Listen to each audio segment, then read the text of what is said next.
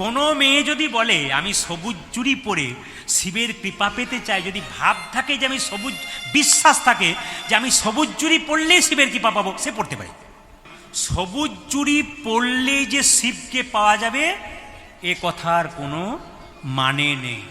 কিন্তু যারা সবুজ চুড়ি পরছেন তারা যে ভুল করছেন এটাও আমি বলবো না। কেন? যার যেমন ভাব তার তেমন লাভ। বিশ্বাস মানে শাস্ত্রে বলেছে বিশ্বাসে মিলায় বস্তু তর্কে বহুদূর। এই জন্য আপনি যে সবুজ চুড়ি পরলে শিবের কৃপা পান তাহলে নিশ্চয়ই পড়বেন। তবে বলে রাখি, সবুজ চুড়ি যারা পড়ছেন কেন পড়ে শুনুন। পুরাণ মতে শিবের জন্ম কোন মাসে বললাম, জোরে বলুন, কোন মাসে? শ্রাবণ মাসে। এখন শ্রাবণ মাসে দেখবেন শস্য শ্যামলা সুজলা সুফলা, পৃথিবীটা কিন্তু সবুজ হয়ে যায়। জোরে বলুন হ্যাঁ না? যারা চাষিবাসী বাবারা আছেন দেখবেন চারিদিকে সবুজ দেখতে পান। তাহলে শ্রাবণ মাসে চারিদিকে সবুজ থাকে বলে এটাকে উদ্দেশ্য করে মায়েরা কিন্তু সবুজ চুড়ি পরে।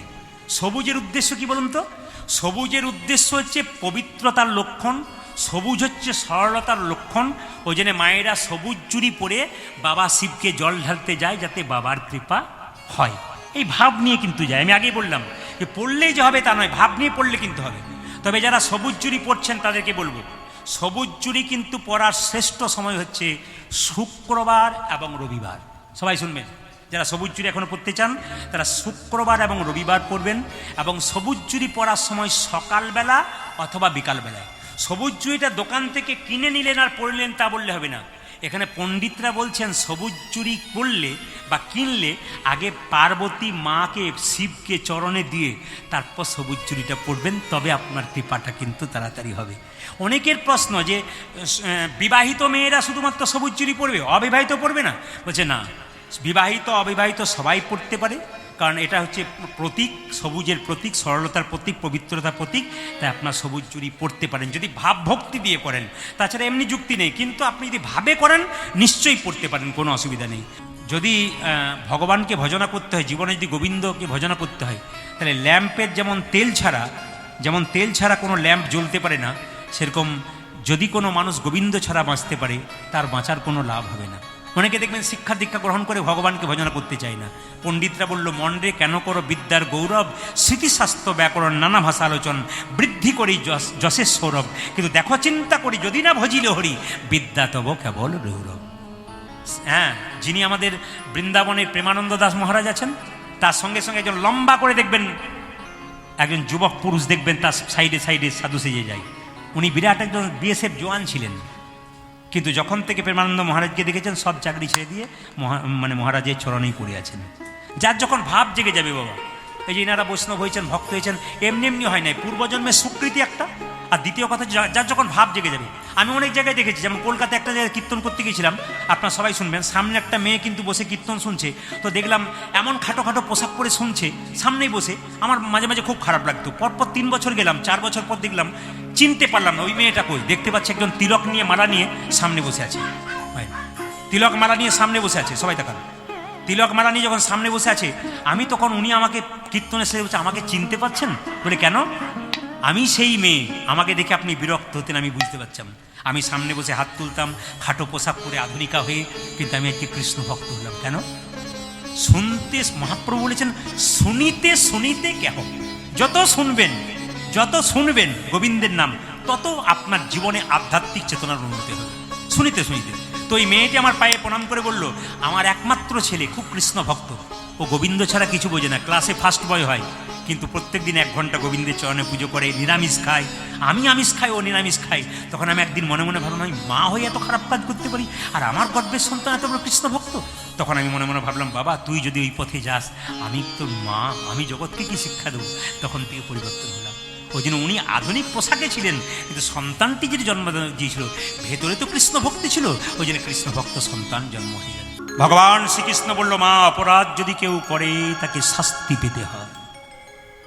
আপনি মনে করছেন যে জীবনে একটা বিরাট বড় পাপ করেছেন, যদি অনুভব করতে পারেন আমি পাপ করেছি, আপনি শুধরে যাবেন। এ সমাজে অনেক মানুষকে দেখেছি, বৈষ্ণব দেখলে, ভক্ত দেখলে গালাগাল দিয়ে দেয়। রক্তের গরমে সে ভাবতে পারে না আমি কি করলাম।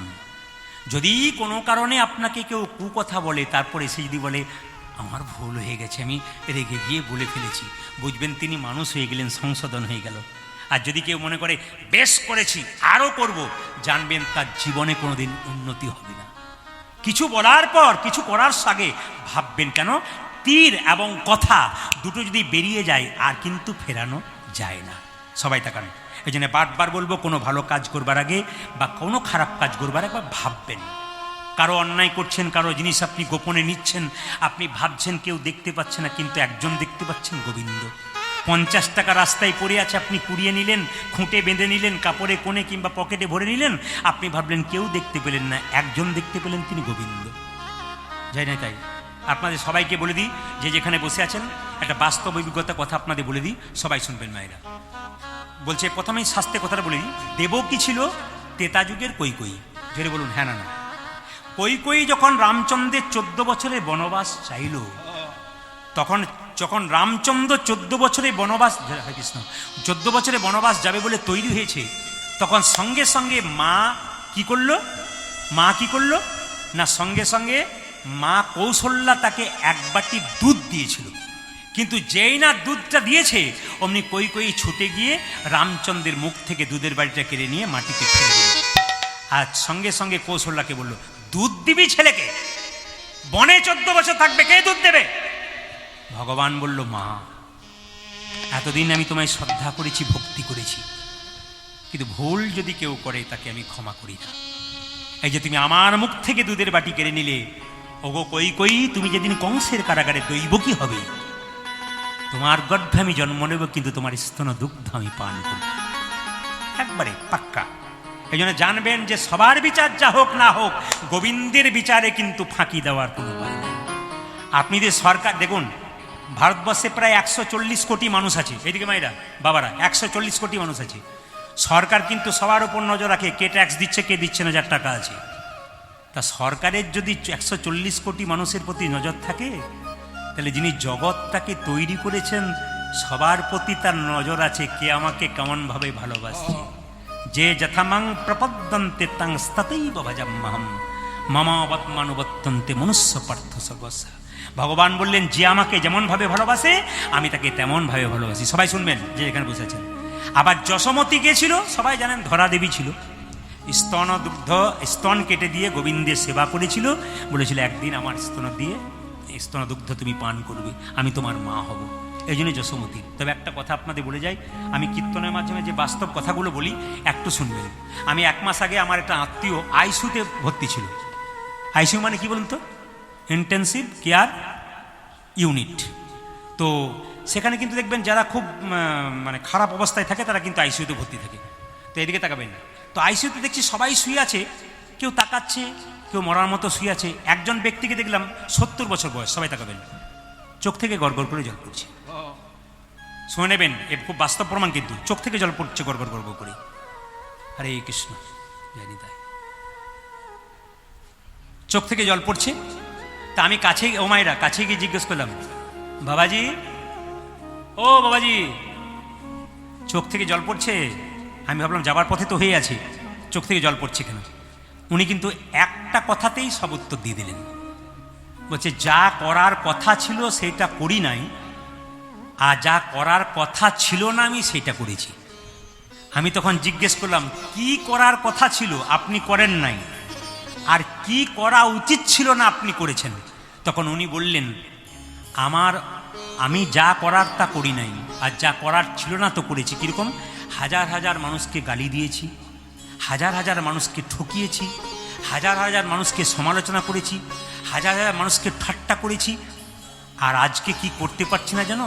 আজকে মনে হচ্ছে তাদের কাছে ক্ষমা চেয়ে নিই, কিন্তু আমি আর ক্ষমা চাইতে যেতে পারছি না, কারণ আমার যাবার সময় শেষ হয়ে গেছে। আমি একটু আগে বললাম, উনি কিন্তু কাঁদতে কাঁদতে মরছেন। আপনারা বলুন, কাঁদতে কাঁদতে মরতে চান না হাসতে হাসতে মরতে চান, কোনটা? যদি জীবনে যতদিন বেঁচে থাকবেন যদি ভালো কর্ম করেন, তাহলে আপনার মৃত্যুটা কিন্তু হাসতে হাসতে হবে। আর যদি আপনি কারো সমালোচনা করেন, অন্যায় করেন, খারাপ কাজ করেন, কেউ ভালো কাজ করছে তার পেছনে লেগে থাকেন, নিন্দা করে থাকেন, আপনি আজকে কিছু বুঝবেন না, যেদিন মৃত্যুর সময় আপনি তাকাবেন চারিদিকে যে আমার পাশে আর কেউ নাই, আপনার সারা জীবনে খারাপ কর্মের রিলগুলো চোখের সামনে ভেসে উঠবে, আপনি কাঁদতে কাঁদতে মরবেন। এই জন্য বারবার বলা আপনাদের কাছে কথা যে আপনারা কাঁদতে কাঁদতে মরবেন না, হাসতে হাসতে মরুন। মায়েরা সবাই লক্ষ্য করুন, এখন সন্তান তো পেয়ে গেল, কে পেয়ে গেল জোরে বলুন? যশোমতী মাইয়া পেল। সবাই বলুন যশোমতী মাইয়া কি, যশোমতী মাইয়া কি। এইবার কিন্তু ভগবান শ্রীকৃষ্ণের চতুর্থ দ্বারে দাঁড়িয়ে আছে, কে বলুন তো? রাধা রানী। এখন রাধা রানী যখন দাঁড়িয়ে আছে, দাঁড়িয়ে গিয়ে বলছে এই মেয়েটাকে, আরে এই মেয়েটা দাঁড়িয়েছে, এই মেয়েটাকে। তো সখীরা বলছে এই মেয়েটা কে জানো, কে জানো? তোমাদের রাজাকে জিজ্ঞেস করো, কে তোমাদের রাজার গুরু, কে তোমাদের রাজার গুরু, কে তোমাদের রাজার গুরু, কে তোমাদের রাজার গুরু, কে তোমাদের রাজার গুরু, ভক্তবাঞ্ছা কল্পতরু, কে তোমাদের রাজার গুরু, ভক্তবাঞ্ছা কল্পতরু, কে তোমাদের রাজার গুরু, ভক্তবাঞ্ছা কল্পতরু, কে তোমাদের রাজার গুরু, ভক্তবাঞ্ছা কল্পতরু, কে তোমাদের রাজার গুরু। আপনারা তখন কীর্তন শুনলে আপনাদের যে একটা প্রশ্ন আছে, কিন্তু উত্তরটা আমি এখন দেবো না। কৃষ্ণ, আমরা সবাই কৃষ্ণ মন্ত্রে দীক্ষিত হয়েছি যারা বৈষ্ণব, আপনাদের উত্তর দিতে হবে যে কৃষ্ণ কোন মন্ত্রে দীক্ষিত হয়েছে। ভগবান কৃষ্ণ তো মন্ত্র নিয়েছিল, তো কৃষ্ণ কোন মন্ত্রে দীক্ষিত হয়েছে? আমরা সবাই কিন্তু কৃষ্ণ মন্ত্রে দীক্ষিত হয়েছে, কিন্তু কৃষ্ণ কোন মন্ত্রে দীক্ষিত হয়েছে? অনেকেই কিন্তু আমাকে প্রশ্ন করে যে বাবা আসলে বলেছেন, উত্তরটা বলেন না। আমি একটু উত্তরটা বলে দেবো। কৃষ্ণ কিন্তু সবাই সবাই, এখন মায়েরা উত্তরটা বলে দিয়ে টুক করে জেনে দেবেন, না বললে কিন্তু মনের মধ্যে উৎসুক থাকবে, কি বললো বুঝতে পারলাম না, শুনলে ভালো হয়। আমি আজকে বলেই যাই, ইউটিউবের মাধ্যমে শুনবে হাজার হাজার মানুষ। কৃষ্ণ কিন্তু মন্ত্র নিয়েছিল শিব মন্ত্র। আমরা সবাই কৃষ্ণ মন্ত্রে দীক্ষিত, কৃষ্ণ কিন্তু শিব মন্ত্রে দীক্ষিত হয়েছে। কোথায় লেখা আছে? রাধাতন্ত্র সার বলে একটি গ্রন্থে এই কথা লেখা আছে, কৃষ্ণ শিব মন্ত্রে দীক্ষিত হয়েছে। আচ্ছা, আপনি যদি কৃষ্ণ নাম করতে করতে জগন্নাথ মন্দিরের দিকে যান আর স্বয়ং মহাপ্রভু যদি আপনার পা দুটো ধরে, আপনি কি করবেন? খুব মাথায় রাখবেন, আপনি কৃষ্ণ নাম করতে করতে জগন্নাথের দিকে, এই জগন্নাথ মন্দিরের দিকে যাচ্ছেন, হঠাৎ মহাপ্রভু কীর্তন শুনে যদি আপনার পাটাকে ধরে দেয়, আপনি কি করবেন? সে ব্যক্তি তো আর ঠিক থাকতে পারছে না, প্রভু স্বয়ং ভগবান আমার একই করছেন, আপনি আমার পাপ হচ্ছে তো, আপনি ছেড়ে দিন ছেড়ে দিন বারবার বলে কাঁদছেন, কিন্তু মহাপ্রভু পাটা ছাড়ছেন না। তুমি কৃষ্ণ নাম করছো, তাহলে আমার কৃষ্ণের সন্ধান নিশ্চয়ই তুমিই বলতে পারবে। তাহলে মহাপ্রভু কৃষ্ণ কৃষ্ণ বলে কত পাগল ছিলেন, এখানে একটু জানতে হবে বাবা। আমরা যত দিন যাচ্ছে তত মহাপ্রভুকে ভুলে যাচ্ছি, কিন্তু খুব মাথায় রাখবেন যে আমরা সব কিছু করতে ভুলে যাই। ভগবানের মন্দিরে যাই না, ভগবানকে পুজো দিতে পারি না, ভগবানের নাম শুনতে পারি না, কিন্তু 25শে ডিসেম্বর যীশুখ্রিস্টের জন্মদিনে আমরা ঝাউ গাছ তৈরি করতে পারি, মোমবাতি জ্বালাতে পারি, এগুলো আমরা পারি। আমরা যীশুখ্রিস্টকে চিনতে পারলাম, কিন্তু আমাদের মহাপ্রভুকে চিনতে পারলাম না, এটা সবচেয়ে দুঃখের ব্যাপার। খুব মাথায় রাখবেন, ছেলে মেয়েদেরকে শেখাবেন, কারণ বাবা যদি কৃষ্ণ নাম শোনে, মা যদি হরিনাম শোনে, তার রক্তের সন্তান অবশ্যই কৃষ্ণ ভক্ত হবে। আপনি 100% গ্যারান্টি থাকবেন, আপনি যদি হরিনামে মন দিয়ে শোনেন, তাহলে আপনার যখন বয়স হবে তখন আপনি নিশ্চিত থাকবেন আপনার ছেলে মেয়ে কিন্তু উল্টো পাল্টা জায়গায় বসবে না, দেখবেন ভালো জায়গাতে বসেছে। কেন? আপনার রক্ত আপনার ছেলের শরীরে বইছে। এই জন্য আগে মা বাবাকে যদি ভালো হওয়া যায়, যতই আপনি উচ্চশিক্ষিত হন আর যা হন, আপনাকে মাথায় রাখতে হবে যে গোবিন্দ ছাড়া কোনো উপায় নেই। বড় বড় মহাপুরুষ যারা হয়েছেন, বড় বড় বিজ্ঞানী, বড় বড় জ্ঞানী মানুষ, তারা কিন্তু সবাই ভগবানকে ভজনা করে। এই যে আমাদের চাঁদে গিয়েছিলেন সুনিতা উইলিয়ামস, যে মেয়েটি, আপনার শুনলে চমকে যাবেন, তার ব্যাগের ভেতরে একটা গণেশের মূর্তি আর একটা গীতা ছিল। ওকে জিজ্ঞেস করা হয়েছিল এটা কেন, বলে আমার মা বাবা এগুলো শিখিয়ে দিয়েছে, গীতা রাখতে হয়, গণেশের মূর্তি রাখতে হয়। তাহলে বড় বিখ্যাত বিজ্ঞানী হতে পারে, কিন্তু মা বাবা শিখিয়ে দিয়েছেন এগুলো করতে হয়। আইজাক নিউটনকে দেখুন, আইজাক নিউটন উনি ঈশ্বর বিশ্বাসী ছিলেন। বড় বড় বিজ্ঞানী, বড় বড় পণ্ডিত যারা, সবাই কিন্তু ঈশ্বর বিশ্বাস করে আস্তে আস্তে এগিয়ে গেছেন। ওই জন্য আপনি যাই করুন না কেন, ঈশ্বরকে বিশ্বাস করে আপনাকে চলতে হবে, তিনি ছাড়া কোনো উপায় নেই। মহাপ্রভু আমাদের কি দিয়ে গেলেন একটু লক্ষ্য করবেন। মহাপ্রভু আমাদের কি দিয়ে গেলেন, এটা কিন্তু আপনাদের খুব প্রাপ্য জিনিস জানতে হবে। মহাপ্রভু দিয়ে গেলেন কি? পিছিয়ে পড়া মানুষদেরকে কোলে কোল দিয়ে গেলেন। আগেকার যুগে নিয়ম ছিল যে শূদ্ররা রাস্তা দিয়ে পেরিয়ে গেলে, ব্রাহ্মণ যদি শূদ্রদের ছায়া কোনো রকমে পড়ে যেত তার শরীরে, তাহলে তাকে স্নান করতে হতো। তাই শূদ্রদিকে কত নিচু ভাবতো, বুঝতে পেরেছেন? কত নিচু ভাবতো। স্পর্শ করা তো দূরের কথা, ছোঁয়া তো দূরের কথা, যদি ছায়াটা পড়ে যেত তো স্নান করতে হতো। কিন্তু মহাপ্রভু কি করলেন? সেই নিপীড়িত, শোষিত, অত্যাচারিত জাতিগুলো, আমাদের যে শূদ্র জাতি যারা ছিলেন, তাদেরকে কোলে কোল দিয়ে হরিনাম দিলেন এবং তাদেরকে নামে মত্ত করে দিলেন। এমনকি আপনারা সবাই জানেন জগাই মাধাই প্রত্যেক দিন মদ খেত, সেই জগাই মাধাইকে হরিনাম দিয়ে কোলে কোল দিলেন। আশ্চর্যের ব্যাপার, সেই জগাই মাধাই শেষ পর্যন্ত কি করেছিলেন জানেন? মদ খাওয়া তো ছেড়ে দিয়েছিল, আবার যখন সবাই বাড়িতে বিশ্রাম করত, তখন জগাই মাধাই দুজনে মিলে কৃষ্ণ নাম জপ করত। যে মাধাই নিতাই চাঁদের মাথা ফাটিয়ে দিয়েছিল, সেই মাথাই পর্যন্ত, সবাই লক্ষ্য করুন, সেই মাথাই পর্যন্ত মদ ছেড়ে হরিনাম করতে লাগলো। তাহলে হরিনামে প্রভাব কত আছে বুঝতে পারছেন। যিনি খারাপ মানুষ, যিনি খারাপ কাজ করেন, নেশা করেন, যদি প্রকৃত হরিনাম শোনেন, তিনি আস্তে আস্তে নেশা ত্যাগ করবেন। এমনকি জগাই মাথায় আর একটা কৃতিত্ব শুনলে চমকে যাবেন। জগাই মাথায় তো ভক্ত হয়ে গেছিল, তাছাড়া রাত্রিতে সবাই যখন ঘুমাতো তখন গঙ্গার ঘাটে কোদাল নিয়ে গঙ্গার ঘাটটাকে পরিষ্কার করে দিত। কেন বলুন তো? যে বাইরে থেকে যাত্রীরা আসতো গঙ্গা স্নান করতে, যাতে পিছলে না পড়ে যায় যাত্রীরা, তার জন্য মাঝ রাত্রিতে সবাই যখন ঘুমাতো তখন জগাই মাথায় কোদাল নিয়ে ওই রাস্তাটাকে, গঙ্গার ধারেটাকে পরিষ্কার করে দিত। তাহলে কত বড় ভক্ত হয়ে গেছিল। এই জন্য আপনাদের কাছে নিবেদন রইল, মহাপ্রভু যে জিনিস দিয়ে গেলেন তা কিন্তু আমরা কোনোদিনই ভুলতে পারবো না, এবং সেই মহাপ্রভুকে যদি আমরা স্মরণ করতে পারি জীবনে আমাদের অবশ্যই জয় লাভ হবে। আজকে মহাপ্রভুর অবস্থা কেমন? আজ চারি পানে চাহে গোড়া, চারি পানে চাগে গোরা, চারি পানে চাহে গোড়া, আজি চারি পানে চাহে গোরা, স্বরূপে ধরিয়া ওগো চারি পানে চাগে গোরা, চারি পানে চাগে গোরা, স্বরূপে ধরিয়া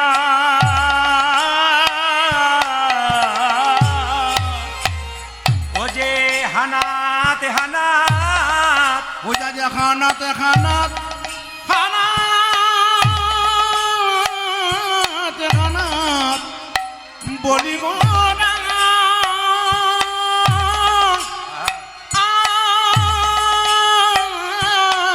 আমার কহয়ে কাঁদিয়া গোড়ায় আমার আজ কথায় মন, আমার কথায় মন প্রাণ না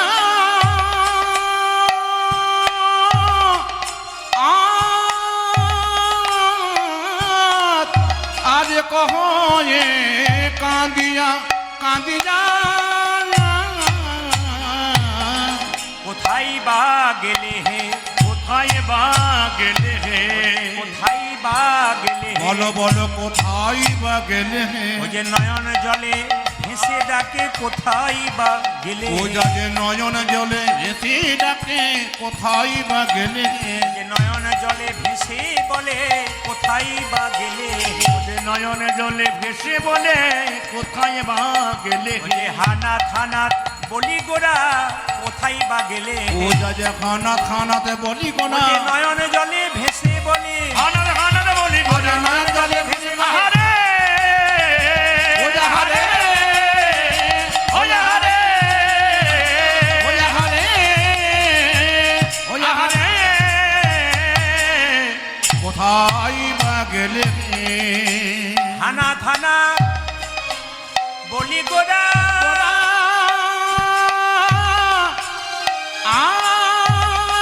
আজ আমার কহলে কাঁদিয়া কাঁদিয়া আজ কখনে কাঁদিয়া কখনে কাঁদিয়া। সবাই মিলে একবার বলুন, নিতাই গৌর হরি হরি। হরি বল হরি বল। মায়েরা একটু মন দিয়ে শুনবেন, গৌরচন্দিকা খুব ছোট করব। আমাদের দেহের মধ্যে আত্মা থাকে, তো শাস্ত্র বলছে দেহ মারা যায় না আত্মা মারা যায়? আস্তে, দেহ মারা যায় না আত্মা মারা যায়? বলছে শাস্ত্র বলছে বাসাংসি জিন্নানি যথা বিহায় নবানি ঘিন্নাতি নরহ পরাণী তথা শরীরানি বিহায় জিন্নান্নানি সংজাতি নবানি দেহি। সংস্কৃত কথা বললাম, আপনারা বুঝতে পারলেন না, আমি একবার পরিষ্কার করে বুঝিয়ে দিচ্ছি। যে কাপড়টা আপনি পরে আছেন, আমরা যে বসন পরে আছি, সে যখন পুরনো হয়ে যায়, জীর্ণ হয়ে যায়, নতুন কাপড় পরি। সেরকম দেহ কি করে, আত্মা কি করে, এই দেহতে পুরনো দেহ ত্যাগ করে, জীর্ণ দেহ ত্যাগ করে নতুন দেহে চলে যায়। তাহলে প্রশ্ন করবেন, এদিকে তাকাবেন, প্রশ্ন করবেন যে আত্মা যে চলে যায় তাহলে দেহটা পড়ে থাকে। এই যে যিনি চলে গেছেন আমাদের বাবা, তিনি কিন্তু দেহটা রেখে গেছেন, আত্মাটা কিন্তু তার চলে গেছে। আপনারা যখন মারা যাবেন, আমরা যখন মারা যাব, আমাদের আত্মা কিন্তু চলে যাবে, কিন্তু দেহটা রেখে যাবে। প্রশ্ন করবেন আত্মা কোথায় গেল? প্রদীপ পাল মারা যাবে, তখন আত্মা কোথায় যাবে? আপনারা মারা যাবেন, আপনাদের আত্মা কোথায় যাবে? শাস্ত্র বলছে যে মনুষ্যকুলে জন্মগ্রহণ করে যে যেমন কর্ম করবে তার সেরকম জন্ম হবে। এই মানুষকুলে জন্মগ্রহণ করে কেউ যদি পশুর মতো কর্ম করে পরের জন্মে পশুকুলে জন্ম নেই। মানুষকুলে জন্ম নিয়ে কেউ যদি মানুষের মতো কর্ম করে পরের জন্মে মানুষ হবে। আবার মানুষকুলে জন্ম নিয়ে কেউ যদি মহাপুরুষের মতো কর্ম করে তার দ্বিতীয় জন্ম হবে না। যেমন যে চাষি ধানকে সেদ্ধ করে মাঠে ছড়ায় তার যেমন দ্বিতীয় গাছ হয় না, যে দেহ হরিনামে সিদ্ধ হয়ে যায় তার দ্বিতীয় জন্ম হয় না, তার গোবিন্দের চরণ প্রাপ্ত। ওই জন্য মায়েরা যারা হরিনাম কীর্তন শুনছেন তাদের কিন্তু যদি ভক্তি ভরে কীর্তন শোনেন, ভগবানের নাম করেন, আর দ্বিতীয়বার পৃথিবীতে এসে আপনাকে যন্ত্রণা ভোগ করতে পারবেন না। আর অনেকে আবার মরার আগে বলে এই জন্মে কিছু করতে পারলাম না, আবার যদি একবার পাই দেখিয়ে দেবো আর কি, অনেকে ভাবে আর কি। কিন্তু না, আবার যারা মহাত্মা আছেন, যারা ভক্ত আছেন, তারা বলেন আর দ্বিতীয় জন্ম পেতে চাই না, যা হয়েছে হয়েছে, না গোবিন্দ চরণে আমার চিরকালের জন্য ঠাঁই হয়। তা আপনাদের বলে যাই, মন দিয়ে শুনবেন এইদিকে। আচ্ছা, মানুষ যদি মারা যায় তাকে তিনভাবে সৎকার করা হয়। এইদিকে, মানুষ যদি মারা যায় তাকে তিনভাবে সৎকার করা হয়। একটা অগ্নি সৎকার, যেটা বাবাকে করা হয়েছে। আর একটা দেখবেন মৃত সৎকার, মানে সমাধি, মৃত সমাধি। আর একটা দেখবেন মায়েরা সলিল সমাধি, জলে ভাসিয়ে দেওয়া হয়। এই যে আপনারা কীর্তন শুনছেন, এই যে বাবা মারা গেলেন, আমি একটু বলে দিই, আপনাদের যাদের বাবা মা এখনো বেঁচে আছে তারা কিন্তু এই কাজটা করতে পারবেন শাস্ত্র অনুযায়ী। যদি না করেন তাহলে ভুল করছেন। যেমন আপনার বাবা বা মা যখন মারা গেল, শ্মশানের চিতাতে যখন শুয়ে দেওয়া হলো, যখন আপনি চিতাতে আগুন দেবেন, আগুনটাকে নিয়ে কিন্তু তিনবার চিতার ধারে ঘুরতে হয়। এই তাকাবেন, শাস্ত্রের নিয়ম কিন্তু। যদি আপনারা না ঘোরেন তাহলে ভুল করছেন। আগুনটাকে নিয়ে চিতার চারিদিকে কবার ঘুরতে হয় বললাম? জোরে বলুন। তিনবার। এই তিনবার ঘুরতে হয়। আবার ঘুরবার সময় একটা কথা বলতে হয়, যিনি আগুন দেন চিতাতে। কি বলতে হয়? হে অগ্নিদেব, হে ব্রহ্মা, আমার বাবা পৃথিবীতে যতদিন বেঁচে ছিল যদি কোনো পাপ করে থাকে, অন্যায় করে থাকে, তুমি নিজ গুণে ক্ষমা করে দিও। এ কথা আমরা কজন বলি? এতজন যে আমরা দাহ করতে যাই, সৎকার করতে যাই, কজন বলেছি? কীর্তন শোনা এই জন্যে, যদি মাথায় ঢুকিয়ে নিয়ে যান, কেউ করুক আর না করুক, আপনি যদি করতে পারেন তাহলে বুঝবেন আপনার বাবার সৎকার কিন্তু বা মায়ের সৎকার কিন্তু ভালো হচ্ছে। কে কোথায় কি করছে, কি আনন্দ করছে আপনার বাবার জন্যে, সে দেখে লাভ নেই। আপনি কিন্তু আপনার কাজটা করে নিলেন। এটা হচ্ছে অগ্নি সৎকার। আর মৃত সমাধিকারা যারা বৈষ্ণব হন, সারা জীবন নিরামিষ খান, ভগবানের নাম জপ করেন, এরা কি করে? এদের দেখবেন যেমনভাবে বাড়িতে নাম জপ করে বসে বসে মালা তিলক করে, ওদেরকে যখন গর্ত মাটিতে মাটি খনন করে ওর মধ্যে দেখবেন বসিয়ে দেওয়া হয়। যেমনভাবে তারা মানে জপ টপ করে সেভাবে তিলক মালা দিয়ে এমনি করে বসিয়ে দেওয়া হয়। একটু লবণ দেওয়া হয়, কেন বলুন তো? না, যাতে পোকা টোকা না ধরে যায়, বহুদিন ধরে ভালো থাকে। তারপর তাদের মৃত সমাধি মানে মাটির সমাধি দেওয়া হয়। এইবার সবাই লক্ষ্য করুন, সলিল সমাধি কিন্তু আমাদের এদিকে নেই, উত্তর ভারতে আছে। ওদিকে কিন্তু কেউ যদি মারা যায় না, তাকে আগুনে পোড়ায় না। কি করে? একটু ভালো করে শুনবেন। ধরুন কেউ মারা গেল, তাকে নদীতে দুটো নৌকার ওপর, এই দুটো নৌকা জয়েন করে দিয়েছে একসঙ্গে, দুটো নৌকার ওপরে শুয়ে দিল। এবার মাঝ নদীতে গিয়ে নৌকা দুটো আলাদা হয়ে গেল, জলের মধ্যে মৃতদেহটা পড়ে গেল। এর নাম সলিল সমাধি। এগুলো কিন্তু দেখবেন উত্তর ভারতে করে, আমাদের এদিকে করে না। তো এই শিক্ষা কিন্তু আপনাদের নিতে হবে যে আমাদের কিভাবে সৎকার করা হয়। তো যাই হোক, আজকে মহাপ্রভুর গুণকীর্তন আমরা আস্তে আস্তে শেষ করব। তবে একটা কথা আপনাদের বলি, যারা কীর্তন শুনতে এসছেন, বাবা আমাদের চলে গেছেন, তার আত্মার শান্তির জন্যে আমরা কয়েক সেকেন্ড নীরবতা পালন করব। সবাই মিলে একটু মাথাটা নিচু করে ভগবানের কাছে প্রার্থনা করুন বাবার জন্যে, যেন ওনার আত্মা শান্তি হয় এবং গোবিন্দচরণ প্রাপ্ত হন। উনি ভালো কুলে জন্ম নেন এবং গোবিন্দচরণ প্রাপ্ত হন। আমি যখন নিতাই গৌর হরিবোল বলবো, আপনার মাথা নিচু করবেন, কেউ কথা বলবেন না। নিতাই গৌর হরি হরি গৌর হরি।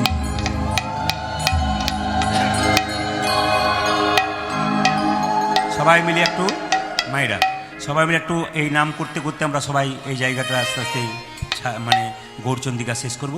সবাই মিলে একবার নাম করবেন, বলুন হরে কৃষ্ণ।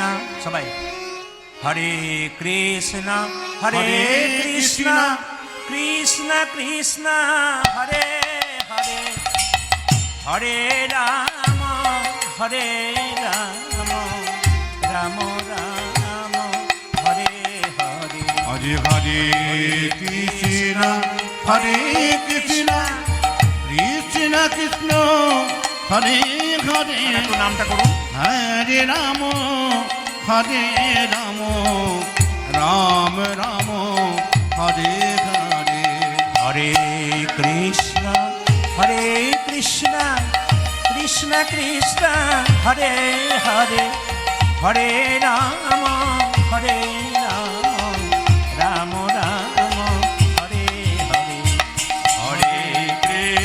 হরে কৃষ্ণ কৃষ্ণ কৃষ্ণ হরে হরে হরে রাম রাম রাম হরে হরে জপরে নাম অবিশ্রাম 16 নাম 32 অক্ষর মানব জনম দুর্লভ জনম এমন জনম হবে না রে। হরে কৃষ্ণ হরে কৃষ্ণ ধ্বনি। কৃষ্ণ কৃষ্ণ হরে হরে হরে রাম রাম রাম হরে হরে জপরে নাম অবিশ্রাম 16 নাম 32 অক্ষর মানব জনম দুর্লভ জনম এমন জনম হবে হৃদয় গৌর হরে কৃষ্ণ হরে কৃষ্ণ কৃষ্ণ কৃষ্ণ হরে হরে হরে রাম রাম হরে হরে নরোত্তম বলে শোন গোলকের প্রেম ধন হরিনাম সংকীর্তন কলি যুগের ঘরে ঘরে হরে কৃষ্ণ কৃষ্ণ কৃষ্ণ হরে হরে হরে রাম রাম হরে হরে নরোত্তম বলে শোন হরিনাম সংকীর্তন গোলকের প্রেম ধন কলির জীবের ঘরে ঘরে উলুধ্বনি হরে কৃষ্ণ কৃষ্ণ কৃষ্ণ হরে হরে হরে রাম রাম উলুধ্বনি হরে কৃষ্ণ কৃষ্ণ কৃষ্ণ কৃষ্ণ হরে হরে হরে রাম রাম রাম হরে হরে হরে কৃষ্ণ কৃষ্ণ কৃষ্ণ কৃষ্ণ হরে হরে হরে রাম রাম হরে হরে স্বরূপ রাম রায় ধরি কহে বচন কহে বচন বাসু কহে প্রভাস লীলা হইল শরণ বাসু কহে পুরবেলা হইল শরণ অগ বাসু কহে এ পুরা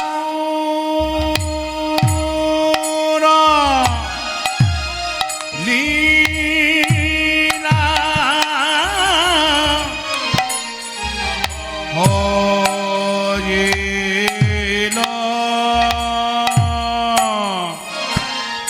হইল শরণ গো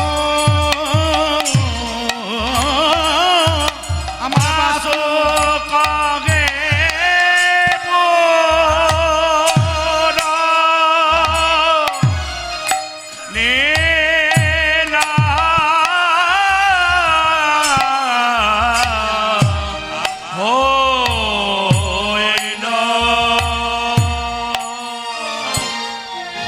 হইল শরণ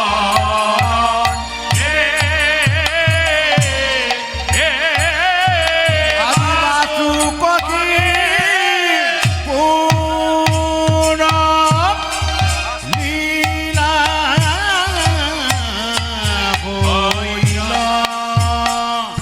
হইল শরণ পুরা লীলা হইল শরণ রে আদিবাসু কহি পুরা লীলা হইল শরণ গো বাসু কহি পুরা লীলা হইল শরণ গো বাসু কহি পুরা লীলা হইল শরণ গো আরে বাসু কহি প্রভাত লীলা হইল শরণ গো বাসু কহি প্রভাত লীলা হইল শরণ গো গৌর হরি বল। হইল শরণ গো সরঙ্গ আরে বাস কহে প্রভাত বেলা কহিল সরঙ্গ বাস কহে প্রভাত। জয় নিতাই। সবাই মিলে একবার বলুন রাধে রাধে। আরো জোরে বলুন রাধে রাধে। একবার বলুন রাধে রাধে। বেশ, চলো রে মন, সবাই মিলে প্রেম সে হরে কৃষ্ণ। চলো রে চলো মন, হরি দর্শন। জয় রাধে জয় কৃষ্ণ, জয় বৃন্দাবন। একবারে চলো রে লটে যামার মন, হরি দর্শন। জয় রাধে জয় কৃষ্ণ, জয় বৃন্দাবন। চলো রে চলো মন, হরি দর্শন। জয় রাধে জয় কৃষ্ণ, জয় বৃন্দাবন। একবারে চলো রে চলো মন, হরি দর্শন। জয় রাধে জয় কৃষ্ণ, জয় বৃন্দাবন। কেশে ঘাট বংশী বন, নিকুঞ্জ কানন। আজ কেশে ঘাট বংশী বন, নিকুঞ্জ কানন। কেশে ঘাট বংশী বন, নিকুঞ্জ কানন। আর কেসে হাট বংশী বন, নিকুঞ্জ কানন। যেথাই হোলি খেলে আমার শ্রীনন্দের নন্দন। আজ যেথায় হোলি খেলে নামার নন্দী নন্দন। যেথাই হোলি খেলে আমার শ্রীনন্দের নন্দন। আজ যেথায় হোলি খেলে নামার নন্দী নন্দন। চলো রে চলো মন, হরি দর্শন। জয় রাধে জয় কৃষ্ণ, জয় বৃন্দাবন। চলো রে চলো মন, হরি দর্শন। জয় রাধে জয় কৃষ্ণ, জয় বৃন্দাবন। যেথায় আছে মা যশোদা স্নেহের শিরোমণি। আজ যেথায় আছে মা যশোদা স্নেহের শিরোমণি।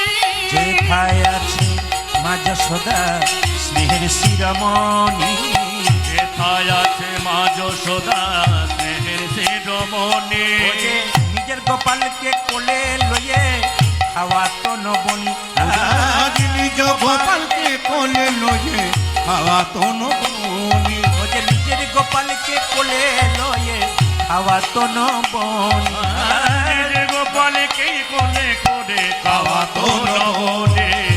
মধুমাখা মাখি সেজে স্নেহেরি বন্দন।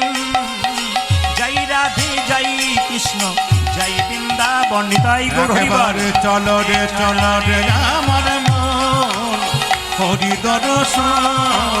জয় রাধে জয় কৃষ্ণ, জয় বৃন্দাবন।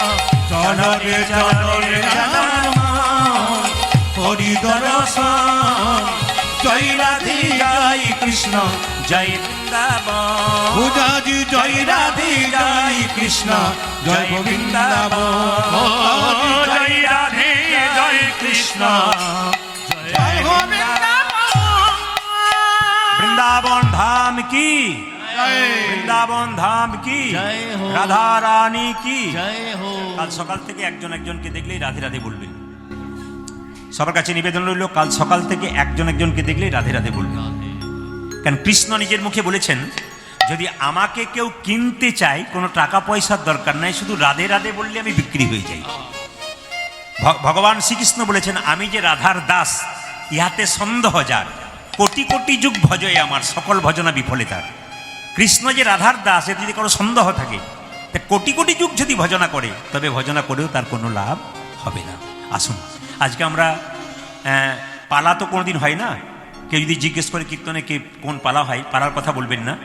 আপনারা তো সবাই জানেন, আমার ইউটিউবের মাধ্যমে শুনেছেন, পালা তো জীবনে দুটো হয় নাকি, না কি বলছেন? হরে কৃষ্ণ। একটা আসার পালা, একটা জোরে বলুন যাওয়ার পালা।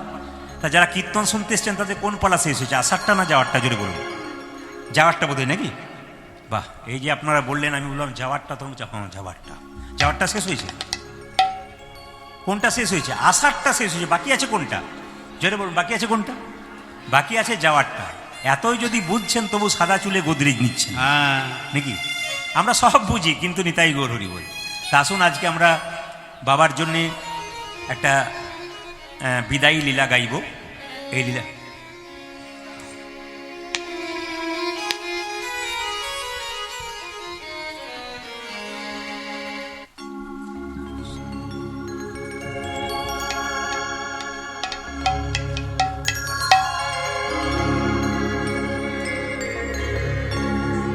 লীলাটির নাম হচ্ছে প্রভাস যজ্ঞ। হরে কৃষ্ণ। সবাই শ্রবণ করবেন, কারণ আমাদের গান তো ধরুন 24 পরের নামযজ্ঞের গান নয়, এটা শ্রাদ্ধবাড়ি গান। ভক্ত সংখ্যা একটু কম থাকবে, কিন্তু যতগুলো থাকবে পাকা। কিন্তু এইটা গান, এই শ্রাদ্ধবাড়ি গানের একটা মজা আছে কি বলুন তো? যতগুলো থাকবে, আমি বাপিকে বলেছিলাম, ও বলেছিল কীর্তনটা বাইরে করালে ভালো হয় না, বহু লোক শুনবে, মানে ওইখানে। বললাম না না, শ্রাদ্ধের গান যদি বাড়িতে জায়গা থেকে 200-500 মানুষ শোনে, ওতেই হবে। কেন? বাড়িতে কীর্তন করে যে বাড়িতে বাবা শয়ন করে থাকতেন, সেই বাড়িতে নামটা নিয়ে ঢোকাতে হবে, এ নিয়ম। ওই বাড়িতে নামটা গিয়ে শেষ করতে হবে। মানে একজন বৌমা, 3 জনের মধ্যে একজন, মানে বড় বৌমা যিনি আছেন, তিনি জলটা নিয়ে, উলুধ্বনি নিয়ে 3 জন বৌমা যাবেন আগে আগে, আর মাও যাবেন। ওই যে বাড়িতে বাবা থাকতেন সেখানে ছেলেরাও যাবে, সেখানে গিয়ে বাবাকে একবার স্মরণ করবে, প্রণাম করে। একটা কথা বলে দিই, মা তো বেঁচে আছেন, বাবার ছবিটা কিন্তু দেওয়ালে থাকবে। যদি ভাইদের মধ্যে কেউ বাইরে থাকে, তা তাকে বলবো ছবি নিয়ে যান বাবার এবং মায়ের যুগলেরই রাখুন, এবং বাড়িতে দেওয়ালে টাঙিয়ে রাখবেন। বিশেষ করে যারা চলে যায় সংসার থেকে, তাদের মৃত ব্যক্তির ছবি কিন্তু মৃত অবস্থায়, যিনি মারা গেছেন না, সেই ছবিটা কিন্তু রাখতে নাই। যদি মারা গেছে সেই ছবিটা কিন্তু আপনি রাখবেন না বাড়িতে টাঙিয়ে। কেন বলুন তো? অনেকে ভয় খেতে পারে, বাচ্চারা অনেক কিছু হতে। ওই জন্য বলছে, যখন জীবিত ছিল সেই ছবিটা কিন্তু উত্তর দিকের দেওয়ালে দক্ষিণ দিকে মুখ করে টাঙিয়ে রাখতে হয় সবসময় মাথায়। দক্ষিণ দিকটা হচ্ছে জমের দুয়ার, শাস্ত্র বলছে। ওই জন্য দক্ষিণ দিকে দেখবেন, যখন সন্ধ্যাবেলাতে সন্ধ্যা প্রদীপ টদীপ দেন না, তখন দক্ষিণ দিকে যত দরজা জানালা আছে 5 মিনিটের জন্য কিন্তু বন্ধ করতে হয়।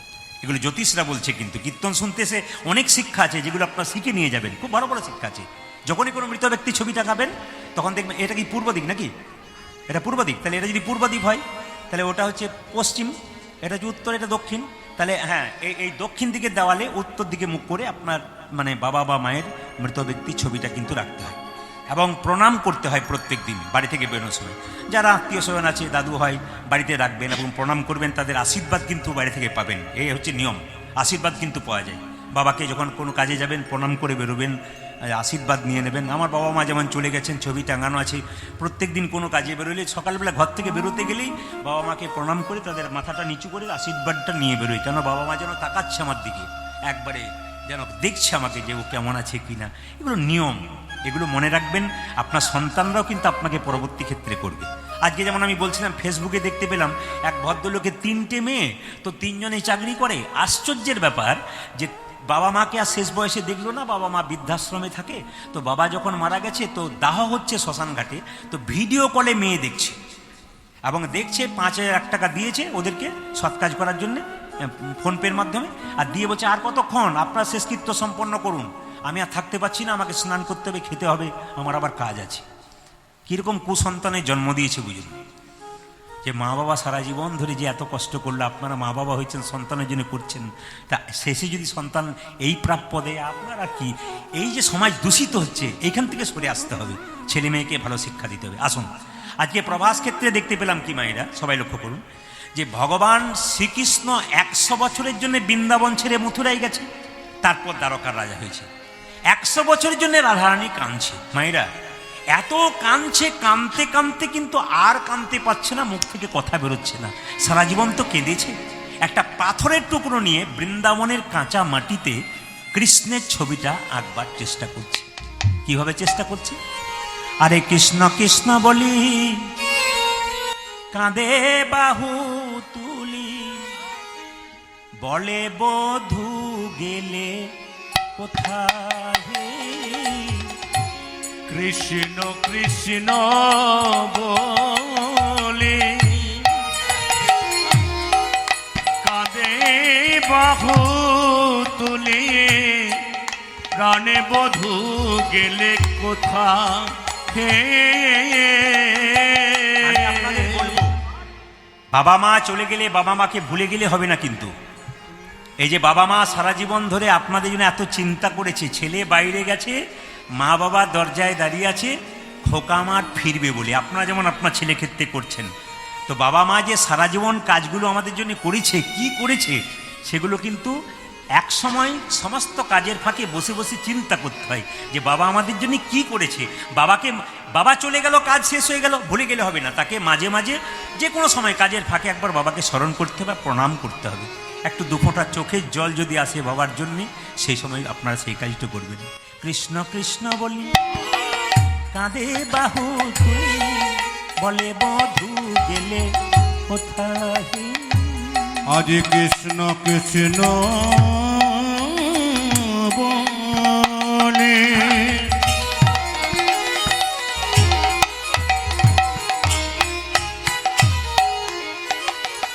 ওই আমার কাঁদি বাহু তুলে,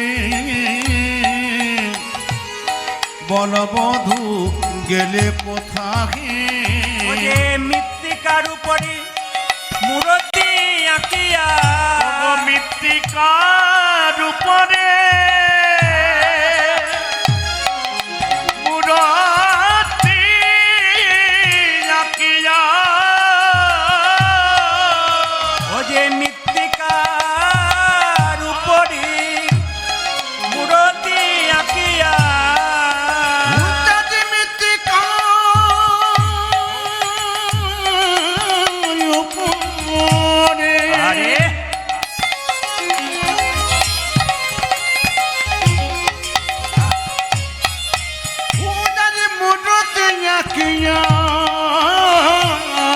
আরে তার সনে কহে কথা, তার সনে কহে কথা। মৃত্তিকার উপরে মুরতি আঁকিয়া, তাহার সনে পড়ে কথা, আরে তাহার সনে কহে কথা। আপনারা এখানে কেউ ছবি আঁকতে জানেন কিনা আমি জানি না।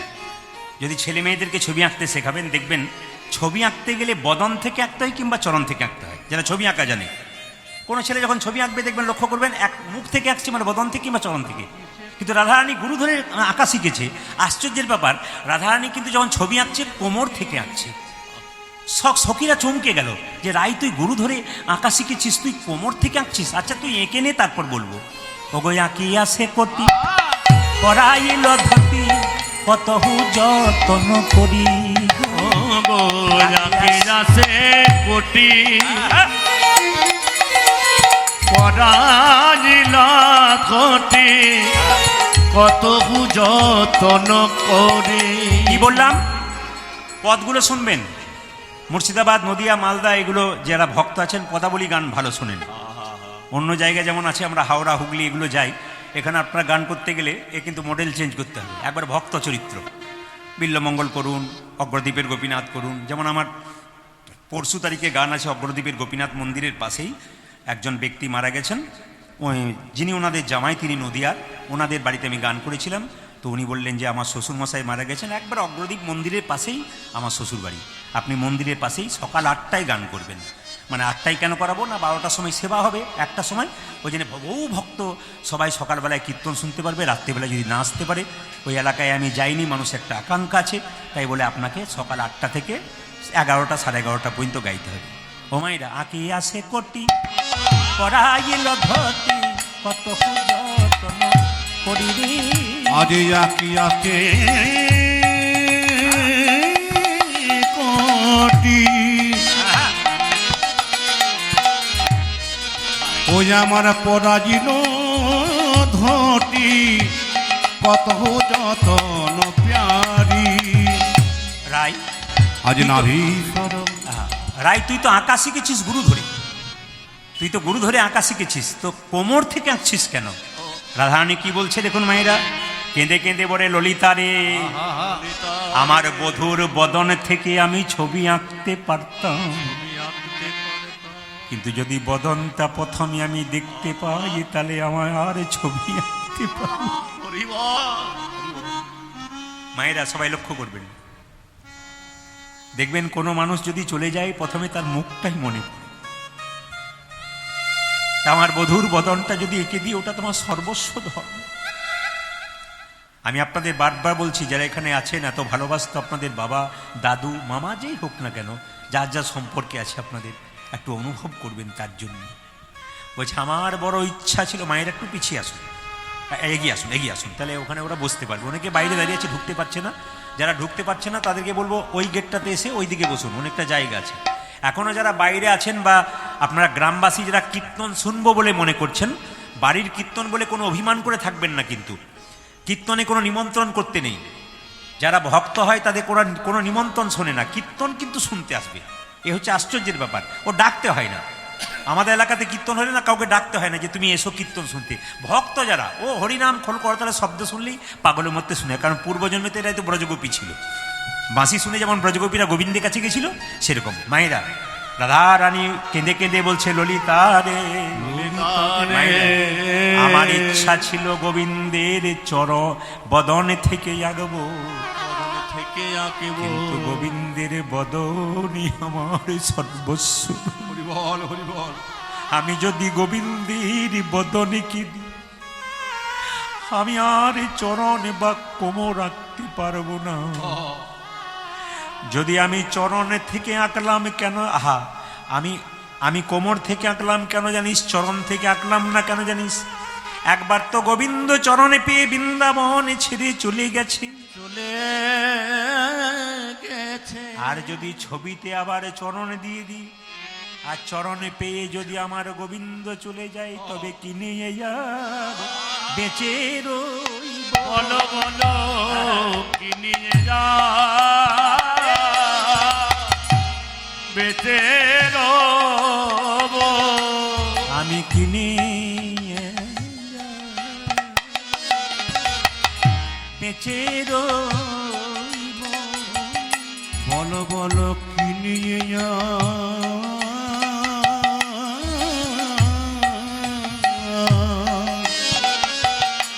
ওই আমি বেঁচে রইব। আমার বধূ যদি চলে যায় রে, কিনিয়ে যা বেঁচে রইব। আমার বধূ যদি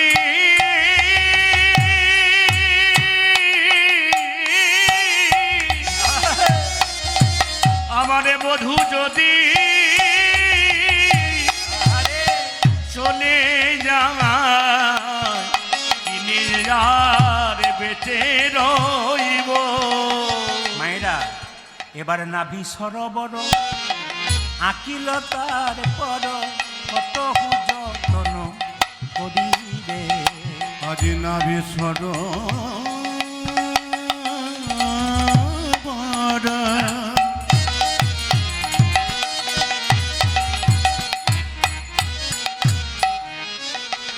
ও যা যে যাকিল তার পর, কত যতন করি। ও যে বাহু দুটি আঁকি ছল ছল আঁখি, দুটি আঁকি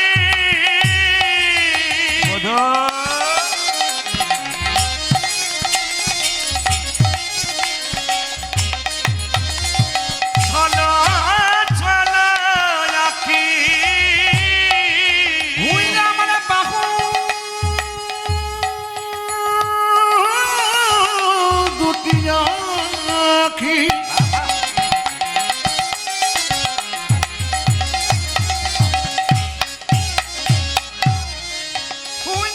ছল ছল আঁখি,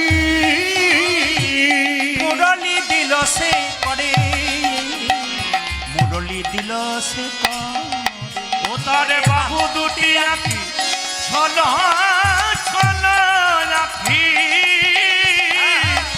মুরলি দিল সে করে, মুরলি দিল সে করে। এবার কি করলো, কোমর টাকার পর নাভি টাকলো, নাভি টাকার পর হাত দুটো এঁকে একটা বাঁশি ধরে দিল। বধু সমাও তোমার মুরলির গান, বধু শোনাও তোমার মুরলীর গান। ওহে বধূ কতদিন তোমার মুরলীর গান শুনি নাই, বধূ শোনাও তোমার মুরলীর গান। ওই হে বধূকে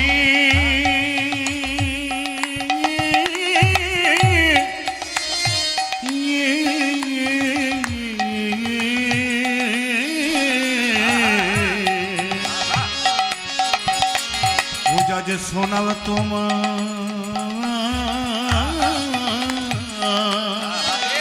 পূজা যে মুরলীর গান।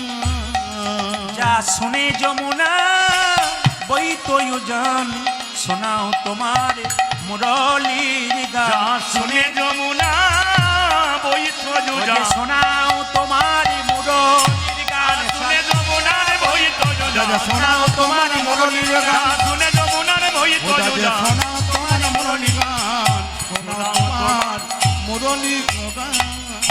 মায়েরা কুম্ভকণ্ঠ কিবা অপরূপ সেবা, তারপর কি করলো মায়েরা?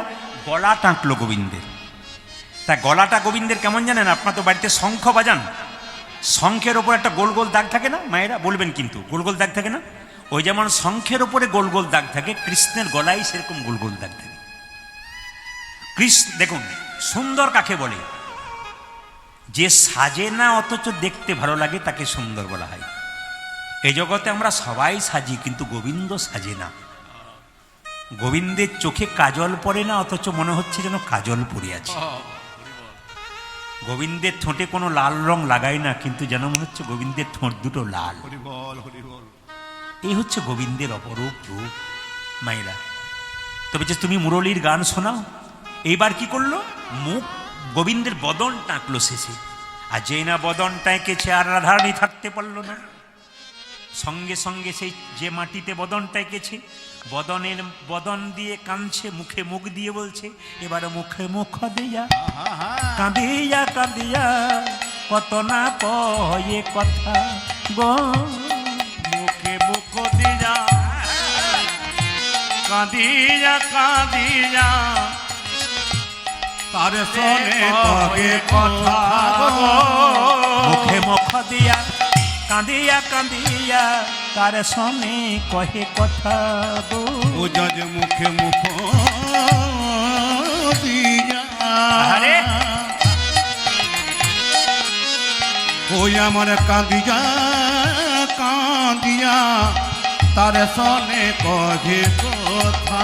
ও যে যদুনাতে কই ওহে রসম, পূজা যে যদুনা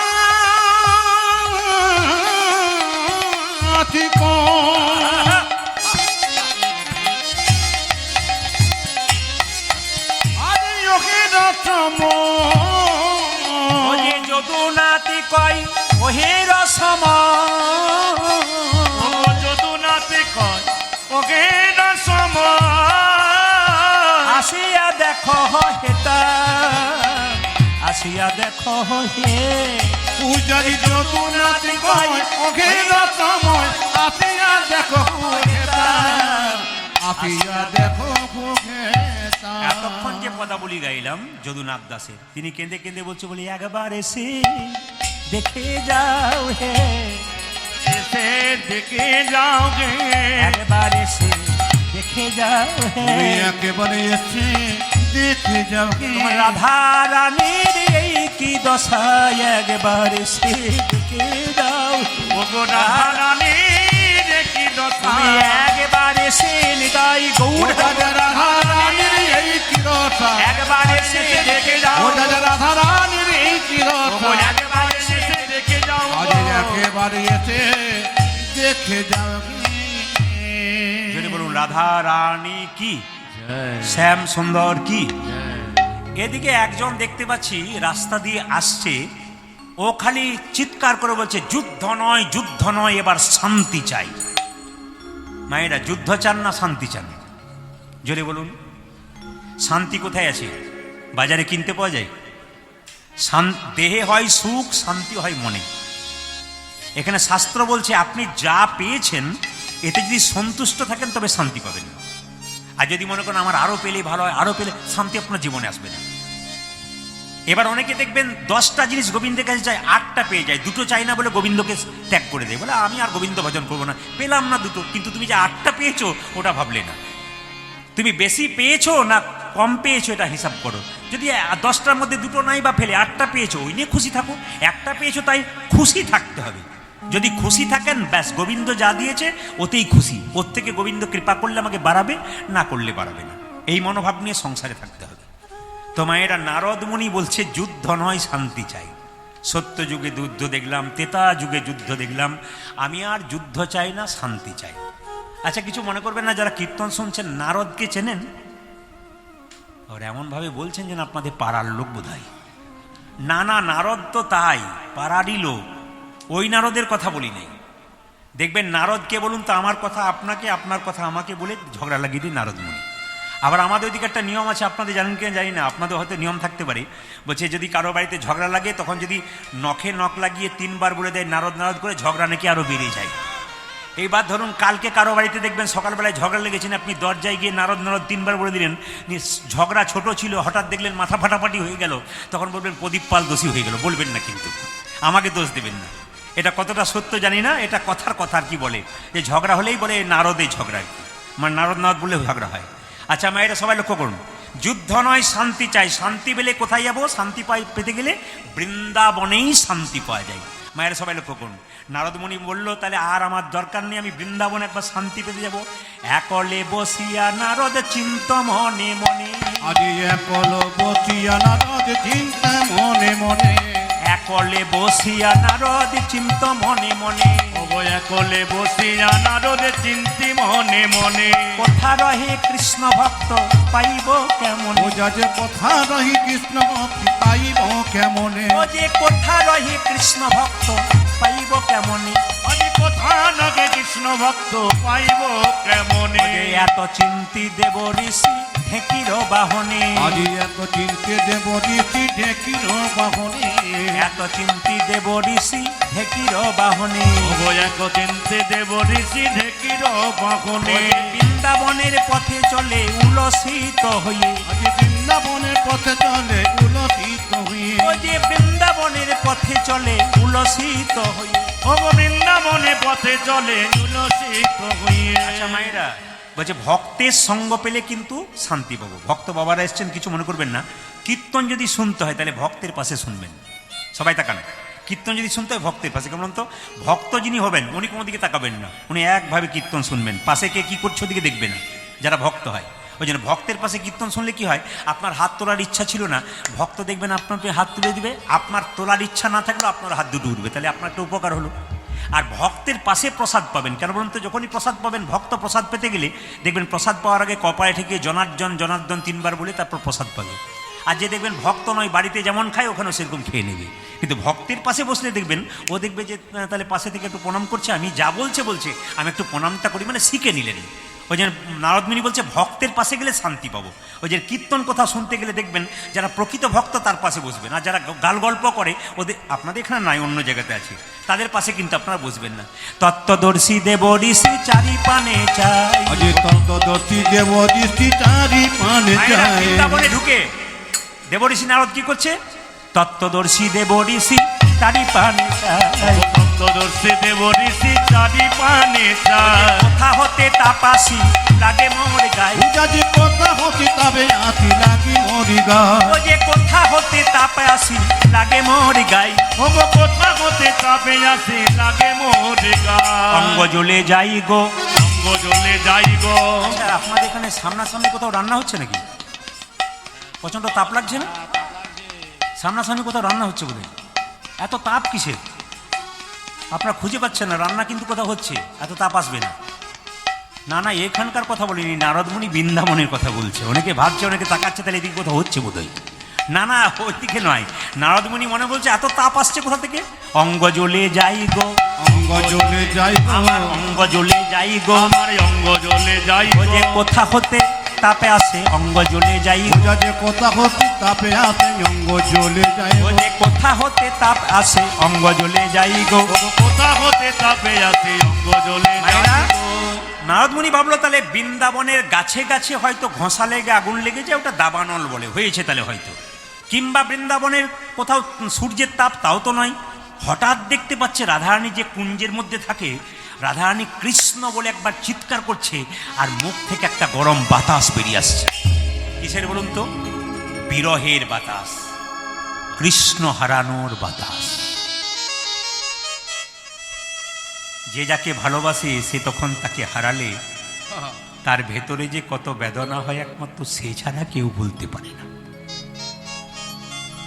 মায়েরা দেখে নেবেন, কেউ যদি মারা যায়, অনেক মা দেখবেন হাউমাউ করে কাঁদে, ভেতরটা পরিষ্কার হয়ে যায়।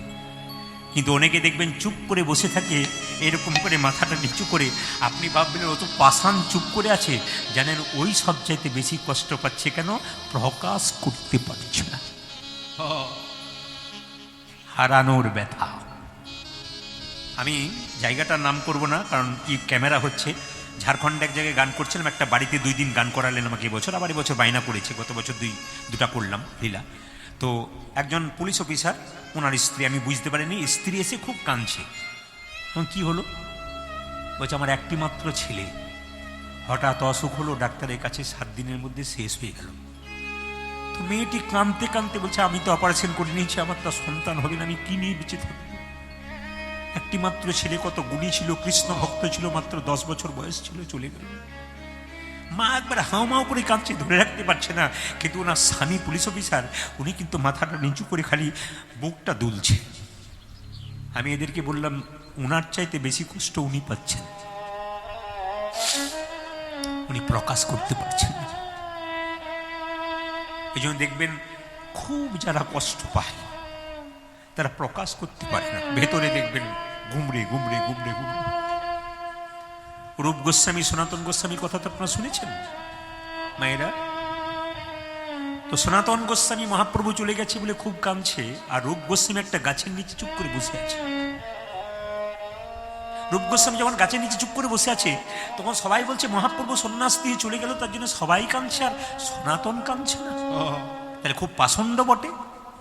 যেই না একজন ভক্ত বলে সনাতন তুমি এত পাষণ্ড, গোটা নবদ্বীপের মানুষ কাঁদছে মহাপ্রভুকে হারিয়ে, আর তুমি চুপচাপ বসে আছো। হঠাৎ গাছ থেকে একটা শুকনো পাতা সনাতনের মাথায় পড়েছে, আর দপ করে আগুন জ্বলে গেছে। সনাতন বুঝিয়ে দিল যে আমার বিরহের তাপ কতখানি। একটা পাতা পড়ে গেল মাথাতে, শুকনো পাতা জ্বলে গেল, কত বিরহের তাপ। আপনাদেরকে বলি বাবা, যে বড় কষ্ট পায় খুব বেশি না, দেখবেন বিশেষ করে পুরুষ মানুষরা খুব হাওয়া করে কাঁদতে পারে না, খুব কষ্ট পায়। মায়েরা হয়তো খুব কাঁদে, হ্যাঁ, অঝর ঝরে কাঁদে, ভেতরটা পরিষ্কার হয়ে যায় আপনাদের। আপনারা তো খুব নরম মনের, আপনারা খুব তাড়াতাড়ি একটু বিগলিত হয়ে যান, এটা নিয়ম। তো সবাই লক্ষ্য করুন মায়েরা। এখন নারদমুনি মনে মনে ভাবছে যে যুদ্ধ নয়, শান্তি চাই, তার জন্য বৃন্দাবনে এলাম। ওগো রাধে, তুমি কৃষ্ণ বলে সারা জীবন কাঁদলে, কৃষ্ণের জন্য এত কিছু করলে, কৃষ্ণ তোমাকে ছেড়ে চলে গেল। আমি নারদ মুনি ঋষি হতে পারি, কৃষ্ণকে শিক্ষা দেব। দেখুন আমাদের ভারতবর্ষে ঋষিরা কেমন, ভগবানকে যেমন ভজনা করে, ভগবানকে সেরকম শাসনও করতে পারে। একজন ভক্ত জগন্নাথ মন্দিরে গিয়েছিল, আপনারা সবাই জগন্নাথ মন্দিরে যান, কিন্তু জগন্নাথ দেবকে কেউ বলতে পারবেন যে তোমার হাত নেই কেন, তোমার পা নেই কেন, তুমি কি দেবে আমাকে, তোমার কাছে কি চাইবো? কিন্তু যিনি দেখবেন শ্যামানন্দ প্রভু, তিনি গিয়েছিলেন জগন্নাথ মন্দিরে দুঃখী কৃষ্ণ হয়ে। তো তিনি কিন্তু মন্দিরে গিয়ে বলেছিলেন, হে জগন্নাথ, তোমার কাছে কি চাইবো, তোমার তো দুটো হাত নাই, তুমি দেবে কি? তোমার পা নাই, তুমি দেবে কি? এই প্রশ্ন আপনারা করতে পারবেন। যে গোবিন্দকে খুব ভালোবাসে তাকে বলতে পারে, সাহস আছে, বৈষ্ণবের সাহস আছে। কেন? ওনারা যেমন প্রেম করতে পারে সেরকম বলতে পারে, শাসনও করতে পারে গোবিন্দকে। তো জগন্নাথ মন্দিরে জগন্নাথ বলেছিল, আমার হাত নাই, আমার পা নাই, আমি দেব কি? কিন্তু শোনো, বলে কি, আমি এই হাত তোমাদেরকে দিয়েছি কর্ম করার জন্য, এই পা আমার ছিল, তোমাদেরকে দিয়েছি কর্ম করতে গেলে বহু দূরে যাবার জন্য। আমার যা ছিল সব তো তোমাদেরকে দিয়েছি, ওই জন্য আমার হাতও নেই, আমার পাও নাই। বুঝিয়ে দিয়েছিল। সঙ্গে সঙ্গে বিনাটাকে বলছে, বিনা রে, আমি গোবিন্দকে শিক্ষা দেব কেন রাধারানীকে কাঁদালো। বিনা, তুই তো সবসময় কৃষ্ণ বলে বাজিস, আজ থেকে তুই আর কৃষ্ণ বলে বাজবি না। বাজ রে বিনা, বাজ রে বিনা, বাজ রে বিনা, একেবারে বাজ রে বিনা। আজ কৃষ্ণ বলে বাজবি না, রাধা বলে একবার বাজবে বিনা, রাধা বলে বাজে রে বিনা, রাধা বলে একবার বাজবে বিনা। পূজা যে রাধা বলে একেবারে বাজরে বিনা, ও যে কৃষ্ণ বলে আরে বাজিস না, রাধা বলে একবার বাজবে বিনা। কৃষ্ণ বলে আরে বাজিস না, রাধা বলে বাজে রে বিনা। ওদের ওর রাগ আছে, সে কি করলো মা, বিনাটাকে বৃন্দাবনের মাটিতে আছাড় মেরে দিল। তুই কৃষ্ণ বলে বাজবি, রাধা বলে বাজবি না। রাধারানীর চরণ ধরা স্পর্শ করে বিনাটি কি করলো, বেজে উঠিল, বেজে উঠিল, বেজে উঠিল, বিনা বেজে উঠিল, ওরে রাধা বলে বিনা বেজে উঠিল, রাধা বলে বিনা বেজে উঠিল, রাধা বলে বিনা বেজে উঠিল। পূজা যে রাধা বলে বিনা বেজে উঠিল, ও যে কৃষ্ণ বলে আরে বাজে না, রাধা বলে বিনা বেজে উঠিল। কৃষ্ণ বলে বলে আরে বাজে ও না, যে জয় রাধে শ্রী রাধে বলে, আরে কৃষ্ণ বলে আরে বাজে না, আরে জয় রাধে শ্রী রাধে পূজা যে বলে, কৃষ্ণ বলে আরে বাজে না, জয় রাধে শ্রী রাধে বলে, যে রাধা বলে বিনা বেজে উঠিল। মাইনা বিনাটাকে নিয়ে সোজা দ্বারকায় চললো কৃষ্ণকে শিক্ষা দেবার জন্য। বল বল জন্ত রাধা নাম মন্ত, জাগে যজ্ঞ ব্রত ধ্যান কিছু নাহি আর। বল বল যন্ত্র রাধা নাম মন্ত্র, জাগে যজ্ঞ বিনা কিছু না গিনা। বল বল জন্ত রাধা নাম মন্ত, জাগে যজ্ঞ ব্রত ধ্যান কিছু নাহি আর। আজি বল বল যন্ত্র রাধা নাম মন্ত্র, জাগ জগ ব্রত ধ্যান কিছু না গিয়া। বল বল বিনে রাধা নাম বিনে, একেবারে বল বল বিনে রাধা নাম বিনে, বল বল বিনে রাধা নাম বিনে। আজি বল বল